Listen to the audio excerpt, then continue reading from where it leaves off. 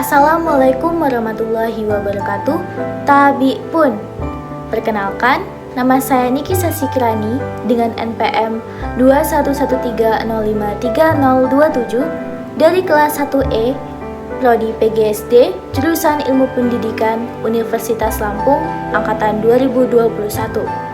Di sini, saya akan menyampaikan materi tentang Pancasila menjadi ideologi negara untuk memenuhi tugas mata kuliah pendidikan Pancasila yang diampu oleh Ibu Dayu Rika Perdana MPD. Istilah ideologi berasal dari kata idea yang artinya gagasan, konsep, pengertian dasar, dan cita-cita, dan logos yang artinya ilmu. Secara etimologis, ideologi artinya ilmu tentang ide-ide atau the science of ideas atau ajaran tentang pengertian dasar. Dalam Kamus Besar Bahasa Indonesia, ideologi dapat diartikan sebagai kumpulan konsep bersistem yang dijadikan asas pendapat yang memberikan arah dan tujuan untuk kelangsungan hidup.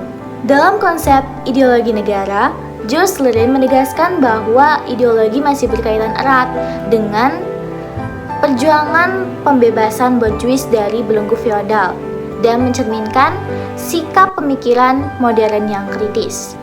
Beberapa tokoh atau pemikir Indonesia mendefinisikan ideologi, salah satunya menurut Sastra Prateja. Menurutnya, ideologi adalah seperangkat gagasan atau pemikiran yang berorientasi pada tindakan dan diorganisir menjadi suatu sistem yang teratur. Ada beberapa teori ideologi yang dikemukakan oleh para tokoh. Yang pertama adalah Martin Seligger. Dia mengemukakan ideologi sebagai sistem kepercayaan.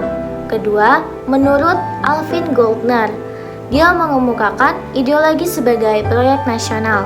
Dan ketiga, menurut Paul Hirsch, dia mengemukakan ideologi sebagai relasi sosial.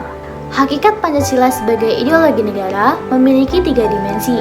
Yang pertama, dimensi realitas, mengandung makna bahwa nilai-nilai dasar bersumber dari nilai-nilai yang real, yang hidup dalam masyarakatnya.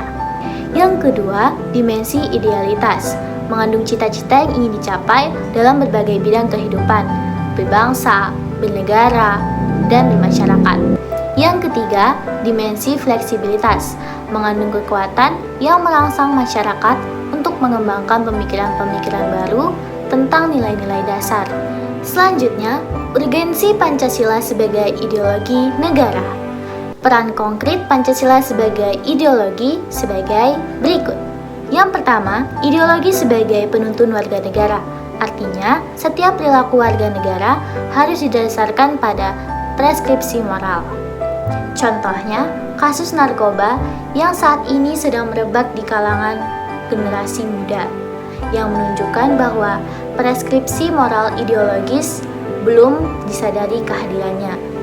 Oleh karena itu, diperlukan norma-norma yang lebih jelas, seperti dalam bentuk persuasif, himbauan, dan penjabaran nilai-nilai Pancasila ke dalam hukum.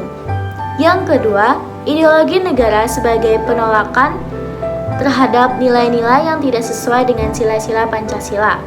Contohnya, kasus terorisme yang terjadi dalam bentuk pemaksaan melalui kekerasan. Tentunya hal ini bertentangan dengan nilai toleransi berkeyakinan, hak asasi manusia, dan semangat persatuan. Jadi kesimpulannya adalah pentingnya Pancasila sebagai ideologi negara bagi mahasiswa dan mahasiswi adalah untuk memperlihatkan peran ideologi sebagai penuntun moral dalam kehidupan bermasyarakat, berbangsa, dan bernegara, sehingga ancaman berupa penyalahgunaan narkoba, korupsi, terorisme dapat dicegah. Di samping itu, Pancasila sebagai ideologi negara mengandung dimensi realitas, idealitas, fleksibilitas yang memuat nilai-nilai dasar, cita-cita, keterbukaan, sehingga mahasiswa mampu menerima kedudukan Pancasila secara akademis. Sekian penyampaian materi yang dapat saya sampaikan, kurang lebihnya mohon maaf.